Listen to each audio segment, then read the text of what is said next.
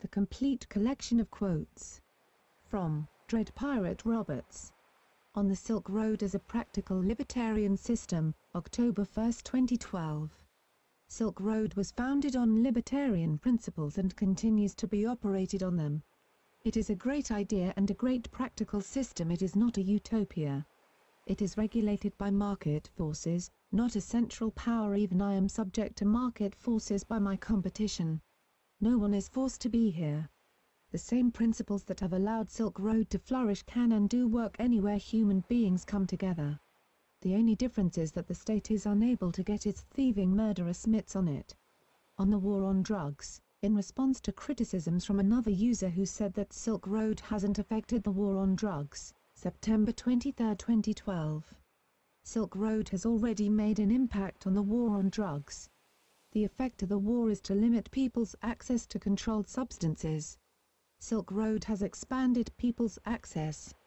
The great thing about agorism is that it is a victory from 1,000 battles. Every single transaction that takes place outside the nexus of state control is a victory for those individuals taking part in the transaction.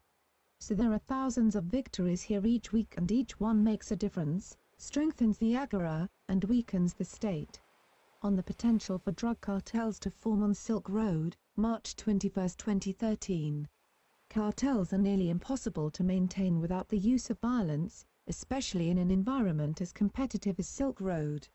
There is also nothing morally wrong with them. If a cartel were to form, I would not attempt to break it up unless its members were breaking other rules. If you want an explanation for why cartels are nearly impossible to maintain in a free market environment, please read Man, Economy and State Chapter 10, Part 2, Section D. On maintaining the trust of Silk Road's users, after a Silk Road outage raised concerns among users that the site's administrators might have run off with the funds stored on the site, November 17, 2012. I know this whole market is based on the trust you put in me, and I don't take that lightly. It's an honor to serve you, and though you don't know who I am, and have no recourse if I were to betray you, I hope that as time goes on I will have more opportunities to demonstrate that my intentions are genuine and no amount of money could buy my integrity. Especially you old hats that have been around since the beginning, but this goes for everyone, you all are like family to me. Sure, we have some crazy cousins floating around, but they just add character, right? Doesn't matter though, I love you all. Of all the people in the world, you are the ones who are here, in the early stages of this revolution. You are the ones getting this thing off the ground and driving it forward. It is a privilege to have you by my side. Thank you for your trust, faith, camaraderie and love. On the heroes who sell drugs on Silk Road, February 27, 2012. There are heroes among us here at Silk Road. Every day they risk their lives, fortunes, and precious liberty for us. They are on the front lines making tough decisions and working their asses off to make this market what it is. Of course I am talking about our vendors. I won't try to acknowledge them individually because we are blessed with so many extraordinary people who have stepped up to the task and taken it upon themselves to find a way to stock the shelves at Silk Road. They labor tirelessly to balance the heavy responsibilities they've taken on. From customer support, to supply chain and inventory management, to promotion, to quality control, to risk management and mitigation, to IT, to Bitcoin finance, to order fulfillment, and on, these guys and gals are professionals that are rising to the top of their game. On financial motivations, and whether DPR founded Silk Road for the money, as another user claims, September 23, 2012. Money is one motivating factor for me. If it wasn't, I wouldn't impose a commission on trades, or require vendors to use the Silk Road payment processor. Money motivates me for two reasons. For one, I have basic human needs that money allows me to meet so that I may devote my time to our cause. I also enjoy a few first-world pleasures that I feel I have earned, but nothing extravagant. In fact, compared to most I know, I still live quite frugally. I buy better food at the grocery store now, and got some new clothes, and am more generous with my friends and loved ones, but I've always been a cheap ass, and still kinda am out of habit. Besides that, I don't want the attention that buying big toys brings for security reasons. More importantly, money is powerful, and it's going to take power to affect the kinds of changes I want to see. Money allows us to expand our infrastructure and manpower to accommodate the growing demands of our market and to pursue paths that will complement and strengthen what's already been created here. All that being said, my primary motivation is not personal wealth, but making a difference. As corny as it sounds, I just want to look back on my life and know that I did something worthwhile that helped people. It's fulfilling to me. If you don't know this joy, you may hear my words as insincere and as a way to manipulate, but I know they are true and resonate with some of you. There is nothing wrong with living your life to maximize your own pleasure, so long as you aren't hurting anyone in the process, but you will miss out on higher levels of happiness if your focus is always on yourself. It's paradoxical, but the less you focus on your own happiness and focus on others, the happier you'll be. Try it out, you can always go back to being selfish. On Silk Road Sustainability and Complaints about the Site's Commission on Sales, January 11, 2012. Silk Road is an enterprise that is just getting started. It could literally change the world as we know it. It is bigger than any one of us, and it is going to take the dedication and will of many talented people, a lot of luck, and resources to get from here to there. Do you want to see this thing go all the way and take the absolute piss out of the power mongers of this world? Do you want to give it every chance it needs to succeed? Why aren't you telling me to raise the commission even further then? I don't hear anyone refusing the commission break on high-priced goods. I don't hear anyone saying don't do that, you need it, you keep this whole thing going, we're happy to do our part. As a community, if we are going to survive, we need to adopt a long-term vision. Getting the most out of this thing before it gets taken down is not going to bring us success. In that world, Silk Road will be a shooting star that burns out quickly and dies as little more than a dream, swallowed by the nightmare reality of an ever-expanding, all-powerful global oligarchy. Planning ahead and doing everything we can now to prepare for the war to come is the only way we are going to have a shot at this. We are still mostly ignored by our true enemies, but this incubation will not last forever. I don't like writing this kind of stuff publicly because it taunts our enemies and might spur them into action, but I risk it because the context for what we are doing is too often lost in the day-to-day stuff that happens here and it needs to be put in from time to time. Silk Road needs our support. It needs everything we have. The return on what we put into it will be immeasurable if we can get through the months and years ahead and gain a real foothold on the global stage. Help me get us there. Do it for me, do it for yourself, do it for your families and friends, and do it for mankind. On whether the government could ban Tor or Bitcoin, the tools Silk Road uses to provide anonymity, September 23, 2012. The state may try to ban our tools, but if we never use them for fear of them being banned, then we have already lost, no? Personally, I don't think they can be effectively banned at this point. Iran and China, for example, are actively trying and failing. On the decision to create the Armory, a Silk Road-like site for selling weapons. February 26, 2012. We at Silk Road have no moral objection to the sale of small-arm weaponry. We believe that an individual's ability to defend themselves is a cornerstone of a civil society. Without this, those with weapons would eventually walk all over defenseless individuals. It could be criminals who prey on others, knowing they are helpless. It could be police brutalizing people with no fear of immediate reprisal. And as was seen too many times in the last century, it could be an organized government body committing genocide on an entire unarmed populace. Without the ability to defend them, the rest of your human rights will be eroded and stripped away as well. That being said, there is no reason we have to force everyone into a one-size-fits-all market where one group has to compromise their beliefs for the benefit of another. That's the kind of narrow thinking currently used by governments around the world. It's why we are in this mess in the first place. The majority in many countries feel that drugs and guns should be illegal or heavily regulated, so the minority suffers. Here at Silk Road, we recognize the smallest minority of all, you. Every person is unique, and their human rights are more important than any lofty goal, any mission, or any program. An individual's rights are the goal, are the mission, are the program. If the majority wants to ban the sale of guns on Silk Road, there is no way we are going to turn our backs on the minority who needs weaponry for self-defense. On closing the Armory 6 months later, August 2, 2012. As most of you have figured out, we are closing the Armory. Your first question is probably why? Well, it just wasn't getting used enough. Spinning it off originally was done somewhat abruptly, and while we supported it, it was a kind of sink or swim experiment. The volume hasn't even been enough to cover server costs and is actually waning at this point. I had high hopes for it, but if we are going to serve an anonymous weapons market, I think it will require more careful thought and planning. On DPR's excitement at Silk Road's success. You'll have to wait for my memoirs for the juicy details, lol. I've got some stories though, I'll tell ya. One weird thing that goes through my head when Silk Road goes through a growth spurt, like after the first Gawker article, is that sound effect from Inception, or the intense music from the Neutron movie. It gives me the sensation of holy shit, this is epic. On the user's power to control Silk Road, July 31, 2012. The way I see it, we are all players in something that has grown way beyond any one of us.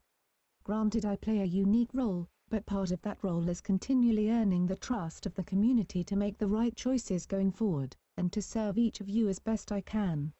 Silk Road was built to serve you, your needs and desires are the wind that fills its sails. Without you, we are dead in the water. So sure, it's my job to steer and chart the course, and I am ultimately responsible for the outcome of this experiment, but never forget where the real power lies. It's where it always has been, in your hands. On starting the Dread Pirate Roberts Book Club, an online book club devoted to Austrian economics and libertarianism, October 3, 2012. I started this club because I think the pursuit of truth is one of the most noble human endeavors. Debating these issues is critical for us to construct a worldview that is grounded in reason and can guide us forward. Assuming great success for Silk Road, how easily could it become another bloodthirsty cartel seeking profit at all costs? We must maintain our integrity and be true to our principles. The opportunity to make a lasting difference is too great not to. On the Federal Reserve, January 30, 2013. The Federal Reserve System relies on the force of government to maintain its monopoly power on the issuance of money. This is how all central banks maintain their control.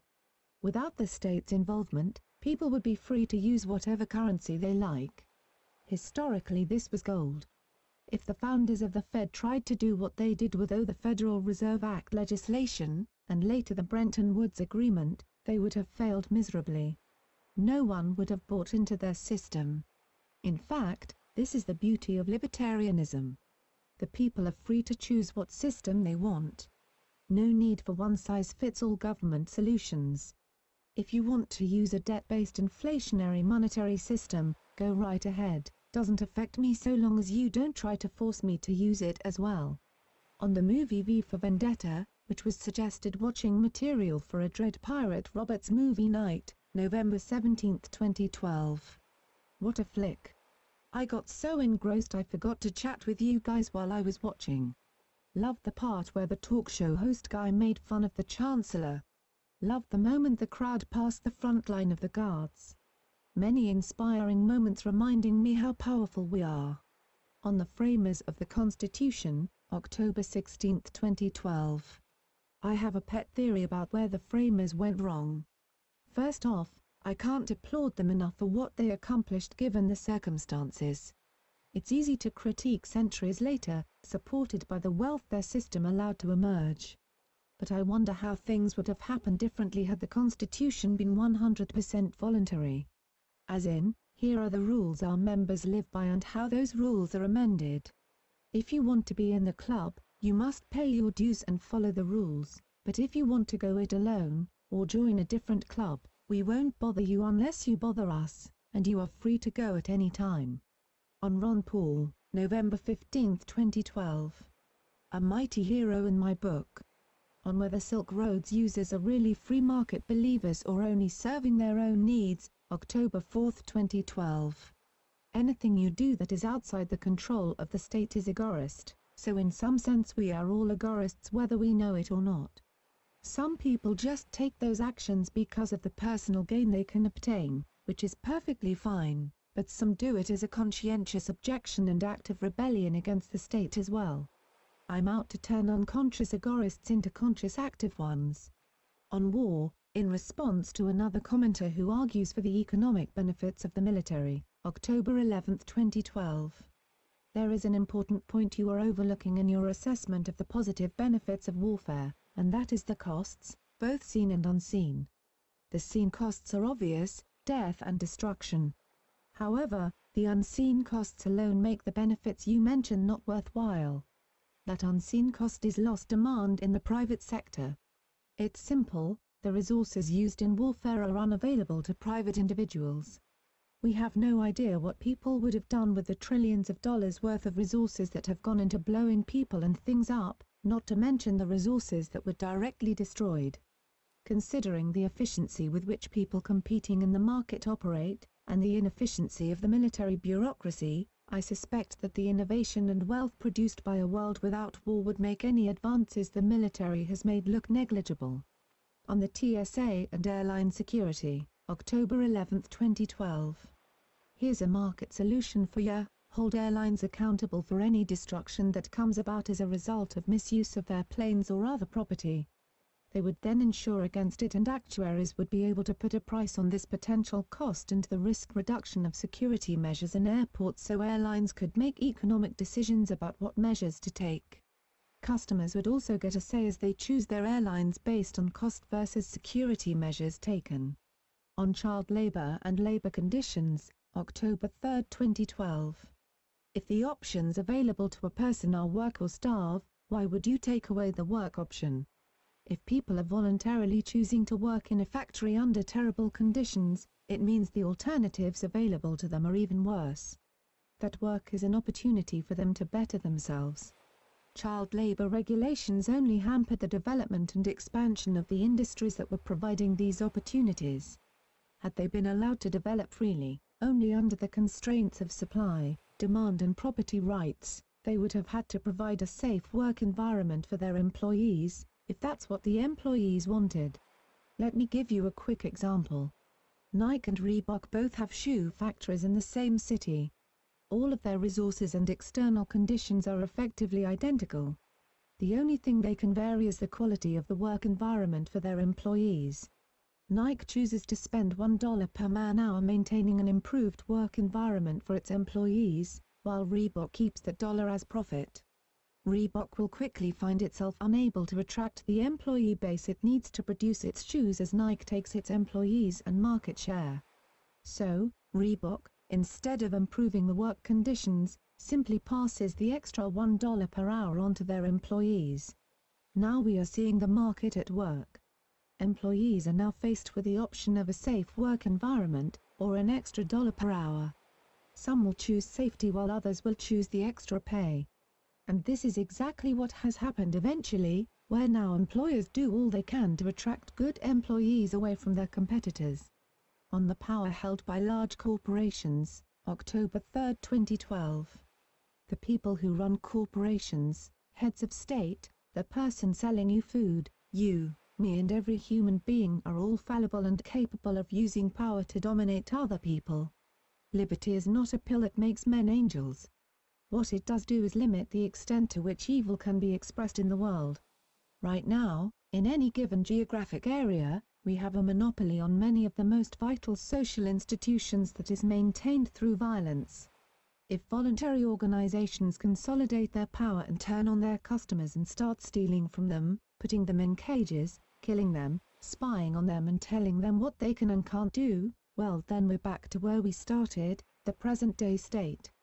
But, if I am correct, and the pressure for those firms to compete with one another for our favor leads them to serve us, then we can have freedom and prosperity the likes of which the world has never known. On Environmentalism and Sustainable Economic Growth, October 3, 2012. This is where the institution of private property and markets really shine. Markets curb unsustainable growth through the price mechanism.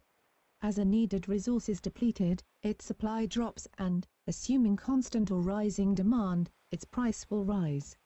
Rising prices force people to consume less of the resource and save more of it. Private property also incentivizes people to maximize the value of it. People tend to preserve and improve their land and capital. Free enterprise and private property, when honored, are an environmentalist's dream. On the minimum wage, October 1, 2012. How about someone whose labor is worth less than minimum wage? These people are not allowed to work even if they are willing and able. They wind up homeless or in government programs where they get no productive skills. They don't benefit, and the rest of us don't benefit. If they were allowed to work, they could gain productive skills and work their way up above the poverty line, enriching themselves and others. Give them a chance. On the idea of privatized instead of state-run police, October 1, 2012. State police scare the hell out of me.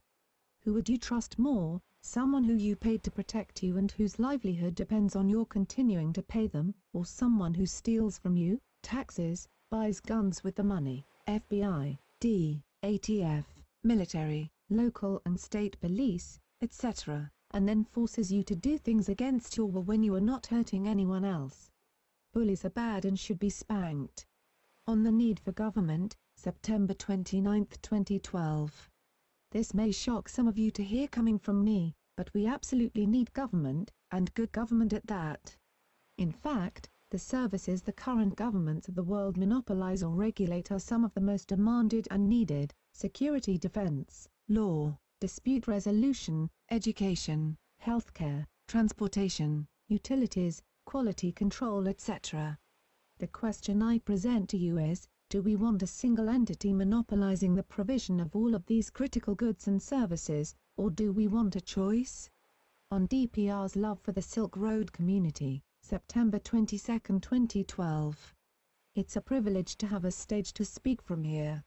It doesn't get said enough, and it is hard to get across in this medium, but I love you. Who knew that a softie could lead an international narcotics organization? Behind my wall of anonymity, I don't have to intimidate, thankfully. But yay, I love you guys. Thank you for being here. Thank you for being my comrades. Thank you for being yourself and bringing your unique perspectives and energy. And on a personal note, thank you for giving me the best job in the world. I've never had so much fun. I know we've been at it for over a year now, but really, we are just getting started. I'm so excited and anxious for our future I could burst. On legalizing and taxing drugs, April 29, 2012. I keep hearing this argument come up when people talk about drug prohibition: legalize, regulate and tax it. On the surface it sounds like a good idea. No more drug war, more tax revenue, government regulators can make sure it is safe. Makes sense, right? I can't help but think something is wrong though. Feels like the bastards that have been screwing everyone over all this time still win in this scenario. Now all that money can go to the state and to their cronies, right? Here's the rub: the drug war is an acute symptom of a deeper problem, and that problem is the state. If they legalize, regulate and tax it, it's just one more part of society under their thumb, another productive sector that they can leech off of. If prohibition is lifted, most people here will go away. You'll go back to your lives and get your drugs from whatever state-certified dispensaries are properly licensed to sell to you. Drug use will be as interesting as smoking and drinking. Here's my point: Silk Road is about something much bigger than thumbing your nose at the man and getting your drugs anyway. It's about taking back our liberty and our dignity and demanding justice. If prohibition is lifted, and the drug industry is placed under the yoke of the state, then we won in a small way, but lost in a big way. Right now, drugs are ours. They aren't tainted by the government. We the people control their manufacture, distribution and consumption. We should be looking to expand that control, taking back our power, no giving what is ours to the very people that have been our enemies all along. It's easy to justify though. Think of all the horrors the war on drugs has caused that will be gone, almost instantly. That pain could stop. Don't be tempted by this short-term easy fix of let the government handle it. Their time is coming to an end. The future is your time. Let us take this opportunity they've given us to gain a foothold from which we can throw that yoke off completely. We're not beasts of burden to be taxed and controlled and regulated. We are free spirits. We demand respect. The future can be a time where the human spirit flourishes, unbridled, wild and free. Don't be so quick to put on that harness and pull for the parasites. If prohibition is lifted, where will you be? Will you forget about all this revolution stuff? Will you go back to ignoring that itching feeling that something isn't right, that men in uniforms and behind desks have just a bit too much control over your life, and are taking more and more of your sovereignty every day? Will you go back to thinking that taxes are as inevitable as death and the best you can do is to pull as hard as you can for them until your mind, body and spirit are all used up? Or will you feel the loss, as one more Wild West frontier comes under the dominion of the enemy, and redouble your efforts to stop it? I know where I'll be. I won't rest until children are born into a world where oppression, institutional violence and control, world war, and all the other hallmarks of the state are as ancient history as pharaohs commanding armies of slaves. The drug war merely brings to light their nature and shows us who they really are. Legalizing it won't change that and will only make them stronger. Hold on to what you do have, and stand for the freedom you deserve. In response to a user who asked to give DPR a hug, April 20, 2012. Hugs not drugs. No wait, hugs and drugs. And finally, on what inspires him, March 20, 2012. Hey gang, I read more than I post in the forum, and my posts are rarely of a personal nature. For some reason the mood struck me just now to put the revolution down for a minute and just express a few things. There is a curtain of anonymity and secrecy that covers everything that goes on behind the scenes here. It is often fast-paced and stressful behind this curtain and I rarely lift my head long enough to take in just how amazing all of this is. But when I do I am filled with inspiration and hope for the future. Here's a little story about what inspires me. For years I was frustrated and defeated by what seemed to be insurmountable barriers between the world today and the world I wanted. I searched long and hard for the truth about what is right and wrong and good for humanity. I argued with, learned from, and read the works of brilliant people in search of the truth. It's a damn hard thing to do too with all of the misinformation and distractions in the sea of opinion we live in. But eventually I found something I could agree with wholeheartedly. Something that made sense, was simple, elegant and consistent in all cases. I'm talking about the Austrian economic theory, voluntarism, anarcho-capitalism, agorism etc. espoused by the likes of Mises and Rothbard before their deaths, and Salerno and Rockwell today. From their works, I understood the mechanics of liberty, and the effects of tyranny. But such vision was a curse. Everywhere I looked I saw the state, and the horrible withering effects it had on the human spirit. It was horribly depressing. Like waking from a restless dream to find yourself in a cage with no way out. But I also saw free spirits trying to break free of their chains, doing everything they could to serve their fellow man and provide for themselves and their loved ones. I saw the magical and powerful wealth-creating effect of the market, the way it fostered cooperation, civility and tolerance. How it made trading partners out of strangers or even enemies. How it coordinates the actions of every person on the planet in ways too complex for any one mind to fathom to produce an overflowing abundance of wealth, where nothing is wasted and where power and responsibility are directed to those most deserving and able. I saw a better way, but knew of no way to get there. I read everything I could to deepen my understanding of economics and liberty, but it was all intellectual. There was no call to action except to tell the people around me what I had learned and hopefully get them to see the light. That was until I read alongside Knight and the works of Samuel Edward Conkin III. At last the missing puzzle piece. All of a sudden it was so clear, every action you take outside the scope of government control strengthens the market and weakens the state. I saw how the state lives parasitically off the productive people of the world, and how quickly it would crumble if it didn't have its tax revenues. No soldiers if you can't pay them. No drug war without billions of dollars being siphoned off the very people you are oppressing. For the first time I saw the drug cartels and the dealers, and every person in the whole damn supply chain in a different light. Some, especially the cartels, are basically a de facto violent power-hungry state, and surely would love nothing more than to take control of a national government, but you average Joe pot dealer, who wouldn't hurt to fly, that guy became my hero.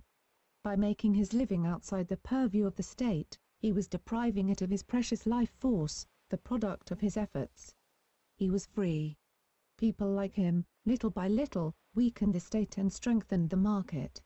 It wasn't long, maybe a year or two after this realization, that the pieces started coming together for the Silk Road, and what a ride it has been. No longer do I feel any frustration. In fact, I am at peace in the knowledge that every day I have more I can do to breathe life into a truly revolutionary and free market than I have hours in the day. I walk tall, proud and free, knowing that the actions I take eat away at the infrastructure that keeps oppression alive. We are like a little seed in a big jungle that has just broken the surface of the forest floor. It's a big scary jungle with lots of dangerous creatures, each honed by evolution to survive in the hostile environment known as human society. All manner of corporation, government agency, small family businesses, anything that can gain a foothold and survive. But the environment is rapidly changing and the jungle has never seen a species quite like the Silk Road. You can see it, but you can't touch it. It is elusive, yet powerful, and we are evolving at a rapid clip, experimenting, trying to find sturdy ground we can put roots down in. Will we and others like us someday grow to be tall hardwoods? Will we reshape the landscape of society as we know it? What if one day we had enough power to maintain a physical presence on the globe, where we shunned the parasites and upheld the rule of law, where the right to privacy and property was unquestioned and enshrined in the very structure of society? Where police are our servants and protectors beholden to their customers, the people. Where pace our leaders earn their power and responsibility in the harsh and unforgiving fairness of the free market and not from behind a gun, where the opportunities to create and enjoy wealth are as boundless as one's imagination. Someday, we could be a shining beacon of hope for the oppressed people of the world, just as so many oppressed and violated souls have found refuge here already. Will it happen overnight? Number. Will it happen in a lifetime? I don't know. Is it worth fighting for until my last breath? Of course. Once you've seen what's possible, how can you do otherwise?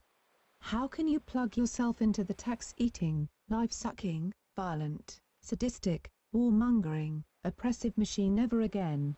How can you kneel when you've felt the power of your own legs? Felt them stretch and flex as you learn to walk and think as a free person? I would rather live my life in rags now than in golden chains. And now we can have both. Now it is profitable to throw off one's chains, with amazing crypto technology reducing the risk of doing so dramatically. How many niches have yet to be filled in the world of anonymous online markets? The opportunity to prosper and take part in a revolution of epic proportions is at our fingertips. I have no one to share my thoughts within physical space. Security does not permit it, so thanks for listening.